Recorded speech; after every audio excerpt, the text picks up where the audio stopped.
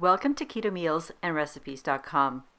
Today's featured recipe is going to be my dairy-free vegan butternut squash soup with miso and coconut cream. This is a very satisfying and velvety soup with a wonderful Japanese umami enhanced taste. As my title states, I'm going to be using fermented miso, which you may or may not want to use on a keto diet. This is completely up to you.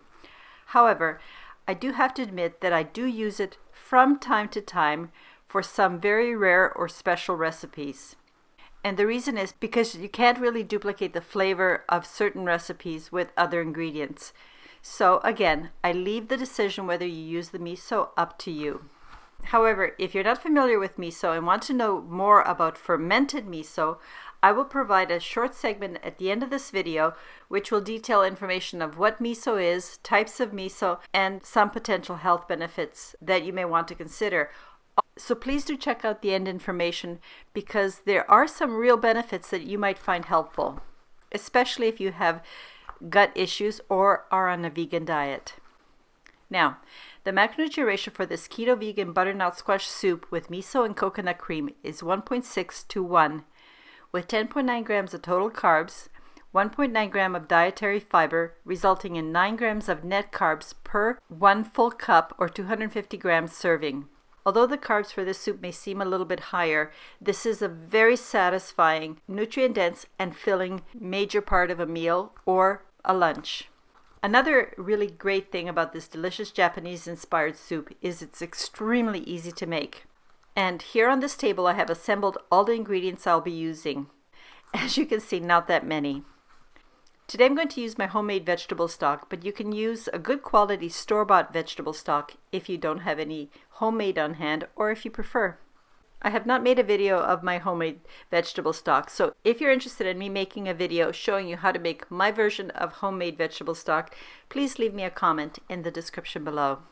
The other thing that I do for this soup that's a little bit different and really adds a lot of taste, I begin by first removing the outer skin of my butternut squash and then cutting it into even 1 inch or 2.5 centimeter cubes, after which I distribute all my cubes of the butternut squash onto a parchment-lined baking sheet, and then put the tray into my 370 degrees Fahrenheit or 188 to 190 degrees Celsius preheated oven for about 20 minutes. What I want is for the squash to be fork tender, not overly roasted and not raw. And when my butternut squash is done to my satisfaction, I remove the tray from the oven, place it on my stovetop until I need it a little bit later on. But in the meanwhile, I do the following steps. First, I add the miso to my vegetable stock, stir the two ingredients together until the miso has dissolved completely in the broth. Set the bowl aside. You want the miso to nicely flavor your stock. I have to make a confession. I really hate cleaning pots, so I'm going to do the rest of it all in one pot. Place your soup pot onto the stovetop, which you have set to a medium-low heat. Then pour in the oil and drop in the chopped onions, which you cook and saute until the onions are translucent. At which point it's time to add the grated ginger and all the spices and seasonings, the cumin, salt, and cayenne pepper. Then stir to combine and saute for about 1 minute, at which point the spices will become very fragrant. I wish you were here to smell how wonderful these spices smell as they're cooking. Now it's time to add the roasted cubed butternut squash to the pot and toss to coat the cubes with the seasoning mixture. Place a lid on your pot and cook for about 1 or 2 minutes. After that, you remove the lid and pour the vegetable stock and miso mixture into the pot. And of course, stir very well because you want everything to combine. If your temperature is really low, you may want to increase your stovetop temperature a bit because what you want to do is bring the soup to a brisk simmer and continue cooking for about 5 to 8 minutes. For this step, I usually put the heat up to medium. After the cooking time, you just turn off the heat. Because we want this to be a velvety soup, we're going to puree it. To puree, I ladle small quantities of the soup liquid and some of the solids into my food processor or blender. The liquid is very hot at this point, so for safety reason, do not fill more than 1/3 of your blender if you're using a blender or food processor. I can't stress enough that you really have to be very careful with hot liquids, especially under pressure conditions, like when you're pureeing. And do puree each batch for about a minute. You really want a very velvety smooth consistency. After pureeing, pour each batch into a big bowl. And then repeat each individual batch with some of the liquid and some of the solids until all of the soup has been pureed. And the very last step is to add your coconut cream to the pureed soup and stir well to combine. That's all there is to making the soup, and the soup is ready to be served. So ladle your hot soup into a bowl, and here's an optional thing that I like to do. You don't have to, but I do it. After ladling each serving of soup into its individual bowl, I like to garnish my soup with a drizzle of coconut cream and of olive oil. You can use both or just one of these. I find that it looks beautiful, and the olive oil adds more healthy fats and a little bit more flavor. I think that if you make this recipe, you will find it a useful addition to your keto, low-carb, gluten-free, and if you're vegan or have vegan friends, diet.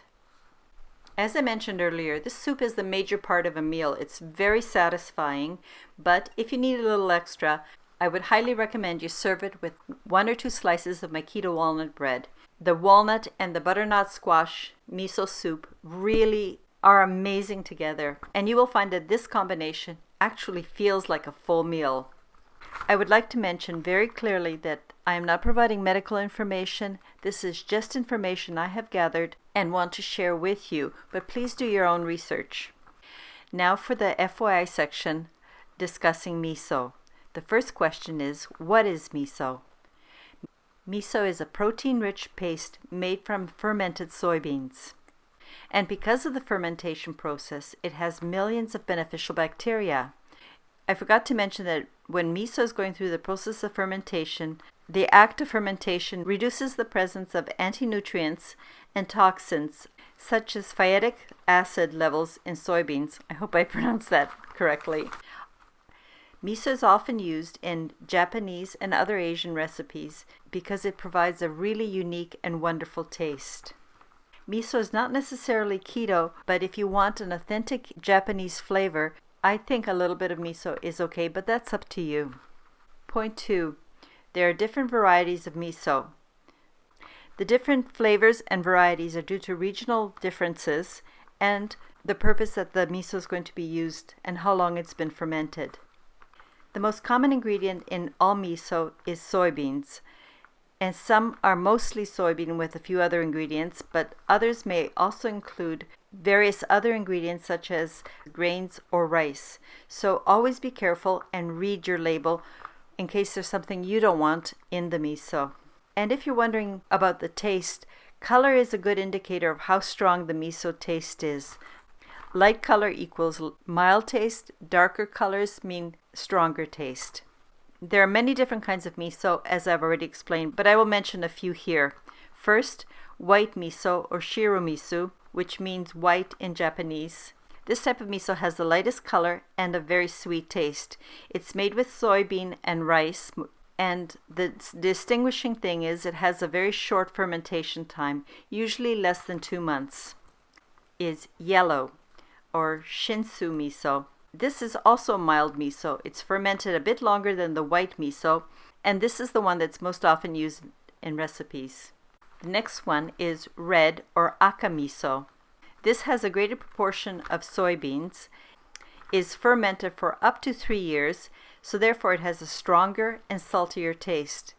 And its best uses are for stews and with tomato sauces. Another popular type of miso is barley or Mugi Miso, which is made with barley and soybeans. This has a longer fermenting period than white miso. It also has a noticeable barley smell, but the taste is sweet and mild. This is a nutritional label for the white miso, but on average for a 1 tablespoon serving, miso has 30 calories, 2 grams of protein, 0.9 grams of fat, 3.5 grams of total carbs, and lots of micronutrients and minerals. And fermented miso is an excellent source of vitamin K, B12, magnesium, copper, and zinc. You may be wondering, what are some of the health benefits of miso? 1. It may support gut health. It may increase the vitamin production in your gut because the gut bacteria and produce vitamin K and B12 as a byproduct of pre- and probiotic bacterial metabolism. Another benefit of miso, it may enhance immune function due to the rich presence of probiotic bacteria and help fight inflammation. But I'd like to make sure you understand this does not replace antibiotics or other medications, and you should always refer to your doctor for best advice. In some publications that I read, I also noted that there were claims that fermented miso can reduce some types of cancer. But please check out all of these claims for yourself. Like with all foods, there are people who should not have miso. But here's a caution. I would like to mention who should avoid using miso. For example, anyone who is on a low sodium diet, and that's because miso is very salty. You should also avoid miso if you have an allergy to soy proteins, and also anyone who has celiac disease. You should also avoid miso if you're on blood thinning medications such as warfarin. Again, I can't repeat enough. If you have any doubts, always check with your doctor. Miso is delicious, but it's not for everybody. Lastly, you may be wondering what kind of miso is best. I always purchase miso that is unpasteurized, has live bacteria, and is enzyme rich. And how long it will last in your fridge depends on the individual type of miso, so please read the label and smell it before using to make sure it hasn't gone bad. These are 3 of the sources I used when researching for this presentation. Now, if you like this recipe, please support my channel by subscribing, turning on your notification bell, giving the video a like, and by all means, I really appreciate comments or requests for future recipes. I make these videos to not only teach you how to cook, but to provide as much option and variety for a healthy, clean keto lifestyle.